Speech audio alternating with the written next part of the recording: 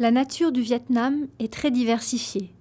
Des montagnes recouvertes de champs primaires, des plaines romantiques, des ruisseaux qui coulent à flot, des lacs contemplatifs, des plateaux frais, des plages de sable blanc pittoresques, de l'eau tiède et limpide. La terre des enfants du dragon et de la fée jouit d'un climat magnifique avec du soleil et plusieurs pluies. La fleur ici est classée parmi les plus diversifiées du monde. 12 000 plantes. La densité moyenne des espèces végétales sur un hectare est encore plus importante que celle de la forêt amazone célèbre en Afrique du Sud. Parmi ces espèces, 3 000 sont classées comme plantes médicinales. Dès le IIe siècle avant Jésus-Christ, les Vietnamiens ont su utiliser des centaines de plantes médicinales, à savoir cannelier, gingembre, lotus. Les lotus croient dans des étangs, des terrains boueux, mais ils sont propres et s'orientent vers le soleil. La boue ne les salit pas. Le lotus est encore une fleur sacrée dans le bouddhisme. La légende raconte que quand le Bouddha est né, la pluie est tombée du ciel. À chacun de ses pas croît un grand lotus. De plus, le lotus est aussi une plante médicinale précieuse, riche d'ingrédients tranquillisants et très bon pour la santé. Dans la médecine traditionnelle du Vietnam, presque toutes les parties du lotus, comme la feuille, la tige et la racine, sont utilisées. Les êtres humains, dès leur âge antique, ont cherché les origines dans la nature, ont étudié et découvert les usages des plantes, accumulé des expériences à travers des générations. Vous trouverez ici le livre des plantes médicinales miraculeuses du Vietnam, rédigé par le bonze Tuệ Tinh, grand médecin du Vietnam au XIVe siècle, dans lequel il précise les usages de 499 différentes plantes médicinales. Selon la légende locale, le nom réel de Tuệ Tinh est Nguyen Ba Tinh, originaire de Nha Phu, commune Cam Vu, district Cam Binh, province de Hai Hung. Il est né sous le règne de Chang Zu Tong au XIVe siècle. Orphelin depuis son plus jeune âge, il est élevé par les moines. Il a passé le concours Hoang Zap, mais restait toujours au temple pour faire le moine et a recherché des médicaments pour guérir des gens.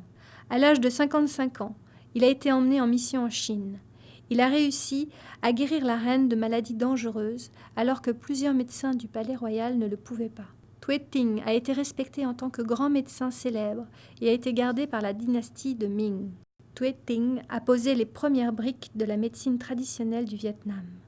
Il a pris l'initiative de planter des herbes médicinales. Il a pris l'initiative de planter des plantes médicinales dans les temples, les pagodes, chez les familles. Il est le premier à inciter les gens de la région à planter des herbes médicinales, à récolter et stocker les herbes selon les saisons, pour avoir toujours des médicaments disponibles en cas de besoin. Il est aussi partisan de l'idée que les médicaments du Vietnam guérissent les gens du Vietnam. Les médecines traditionnelles du Vietnam et de la Chine ont des points communs. Dans leur histoire, depuis des milliers d'années, il y a toujours eu des échanges. Le Vietnam a exporté vers la Chine des plantes médicinales précieuses. Il a aussi importé plusieurs livres de médecine et des médicaments de la Chine. La médecine traditionnelle du Vietnam est à l'origine de 2 branches de médicaments du Nord et du Sud. Cependant, des expériences dans la médecine traditionnelle actuelle sont à l'origine de la médecine populaire des Vietnamiens antiques.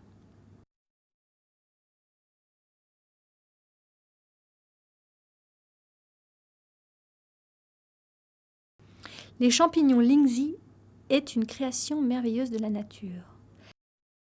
Lingzhi est si rare dans la nature que l'on n'en trouve qu'un sur des milliers de plantes. Dans le livre Shenong Benkao Jing, Lingzhi est classé au rang des produits pharmaceutiques super merveilleux, c'est-à-dire qu'il est encore plus précieux que le ginseng. Dans les livres anciens, Lingzhi est nommé herbe médicinale magique, champignon pour la longévité. Selon les résultats de la recherche de chercheurs modernes, Lingzhi peut renforcer l'immunité et la longévité.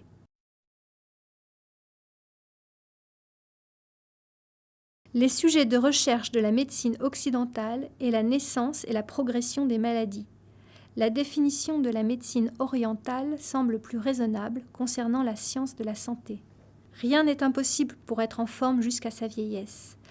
L'important est de bien comprendre que le corps humain est un petit univers.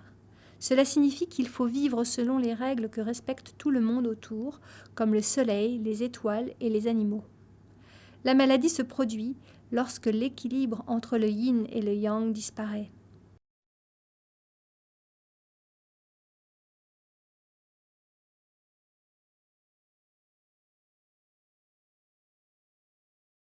Nous respirons de l'air, prenons la nourriture pour apporter de vitalité d'air. L'air fonctionne selon un système méridien complexe que la médecine traditionnelle appelle méridien, qui fournit de l'énergie pour des viscères. La circulation de l'air dans le corps humain et dans la nature se ressemble parce qu'elle comprend 4 formes. Monter, descendre, sortir, entrer. À l'état normal, il nécessite l'équilibre entre monter et descendre, sortir et entrer. Le déséquilibre est la cause pathogène. La naissance, la mort, l'aube, le crépuscule, le printemps, l'été, l'automne, l'hiver. Tous les organismes sur la Terre vivent un même cycle. Selon une des théories fondamentales, celle des 5 éléments, tous les phénomènes dans la nature et dans chaque corps humain appartiennent à l'un des 5 éléments de base. Métal, bois, eau, feu, terre. Ces facteurs interagissent les uns avec les autres. Les 5 éléments influencent sur l'apparence, le corps, les caractères de l'homme. En outre, les 5 éléments, métal, bois, eau, feu, terre, correspondent aux viscères du corps. En effet, la figure montre que le foie et la cholémie appartiennent au bois. Lorsque le foie ou la cholémie est anormale, l'homme se met facilement en colère, et cela peut blesser ses yeux. A l'inverse, si l'homme est irritable à cause de petites choses, a des douleurs oculaires, ou si sa vue diminue, ces signes sont les symptômes du déséquilibre du bois. Cela nécessite de guérir le foie et la cholémie. Ainsi, la théorie des 5 éléments aide les médecins de la médecine orientale vietnamienne à identifier les premiers symptômes de la maladie pour pouvoir traiter à temps. Qui fait semblant de ne pas savoir, qui ne sait pas mais fait semblant de savoir, est celui qui est malade.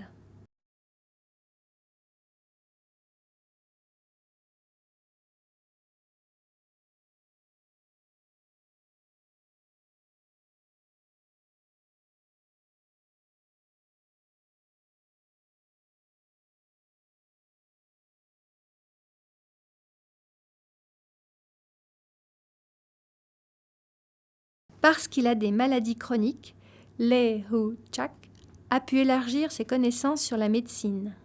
C'était au XVIIIe siècle, la période de croissance considérable du secteur thérapeutique par des matières médicinales au Vietnam. Lê Hữu Trác a étudié beaucoup de livres, cherché et appris de grands médecins de différentes zones du Vietnam de cette époque-là.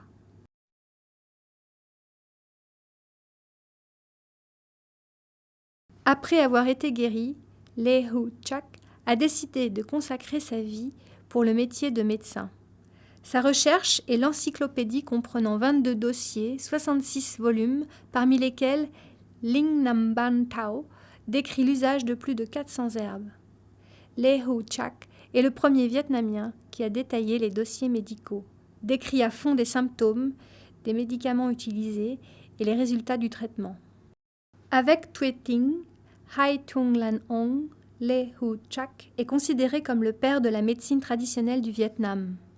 Avant d'utiliser n'importe quel traitement comme l'acupuncture, le massage ou les médicaments, il nécessite de diagnostiquer. Le médecin de la médecine traditionnelle vietnamienne fait attention à l'état de la peau, de la langue, en même temps saisit les vaisseaux des 2 mains du patient. En contrôlant les vaisseaux, il fait attention non seulement au rythme, mais aussi au caractère des vaisseaux. Juste en contrôlant les vaisseaux, le médecin de la médecine traditionnelle vietnamienne peut savoir que la femme est enceinte après seulement quelques jours de la conception. La médecine est tellement étrange, mystérieuse, que pas mal de choses ne sont pas encore découvertes. La découverte des médicaments ressemble à ce que l'on fait en magie. Les mystères consistent en ce que les plantes médicinales croient dans des conditions naturelles sauvages. Actuellement, dans le nord du Vietnam, il reste encore le monument montagneux Duoc Son qui est à l'endroit où sont cultivées et récoltées des plantes médicinales de la dynastie Chan au XIVe siècle. Les saisons comprennent aussi la plantation et la récolte.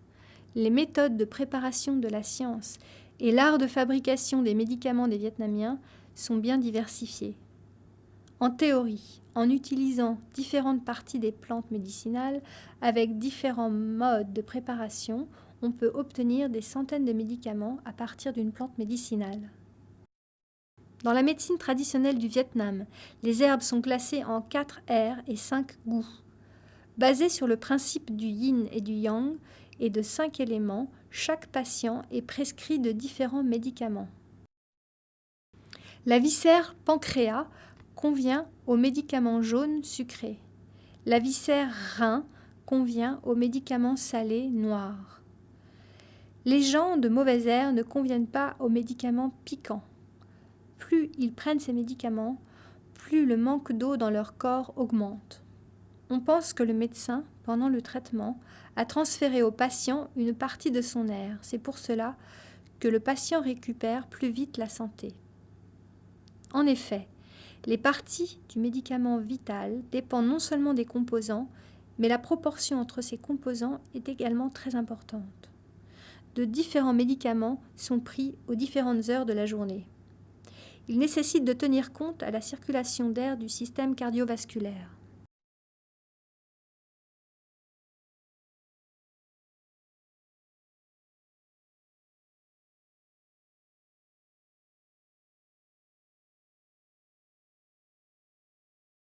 La médecine traditionnelle du Vietnam a passé des défis les plus méritants, c'est le temps.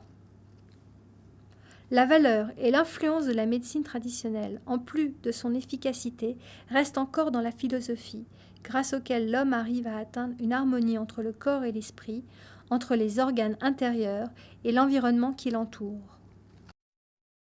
La médecine traditionnelle est particulièrement efficace dans le traitement des maladies liées au système nerveux, au système digestif, au système respiratoire, au système circulatoire, au système excréteur et aux organes de mouvement. La médecine traditionnelle est également appliquée d'une manière efficace pour traiter des maladies appelées maladies de civilisation comme les maladies cardiovasculaires, les allergies, l'obésité, l'hypertension, le syndrome de stress, c'est-à-dire les maladies qui ne sont pas liées seulement à un certain organe ou à un certain système, mais à tout le corps humain. La médecine est un art humain. Hai Tung Lang Ong Le Hu Chak. Au Vietnam, on a la tradition de respecter les générations précédentes.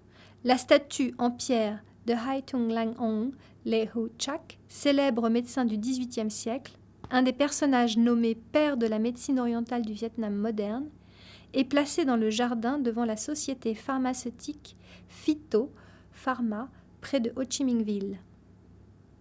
Développé sur la base d'un établissement de médicaments traditionnels, actuellement, l'usine fabrique près de 100 noms de médicaments avec différents usages comme essence, onguents, thés médicinaux, tisanes, sirops, médicaments comprimés. Les matières premières des médicaments sont à l'origine naturelle et bien sélectionnées avant la mise en production. Ici, les équipements modernes sont largement utilisés, mais les méthodes de préparation traditionnelles de la médecine traditionnelle sont encore préservées.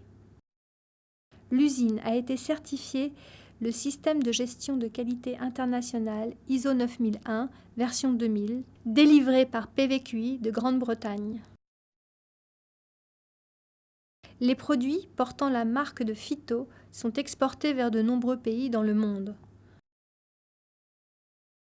Tous les produits de phytopharma sont préparés avec un amour infini pour la santé humaine. Bien sûr, une caractéristique que l'on peut constater chez elles est la préservation d'une partie de l'histoire de la tradition culturelle du Vietnam, la médecine traditionnelle. Devant nous, c'est le monument Phytomusin, le premier musée du Vietnam spécialisé dans la médecine traditionnelle.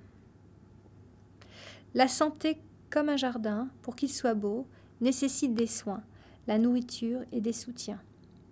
Les médicaments orientaux du Vietnam sont vraiment indispensables pour ceux qui ont dû souffrir des effets secondaires lors de la prise de médicaments occidentaux et sont également bien attractifs pour ceux qui s'intéressent à maintenir et préserver la santé.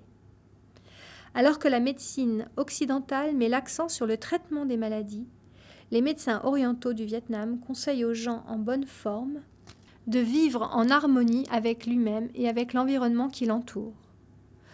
Ce n'est pas par hasard que nous avons le proverbe « Qui comprend et respecte les règles de la nature n'est jamais malade ». La médecine traditionnelle du Vietnam depuis longtemps a contribué à une partie considérable pour la protection de la santé humaine.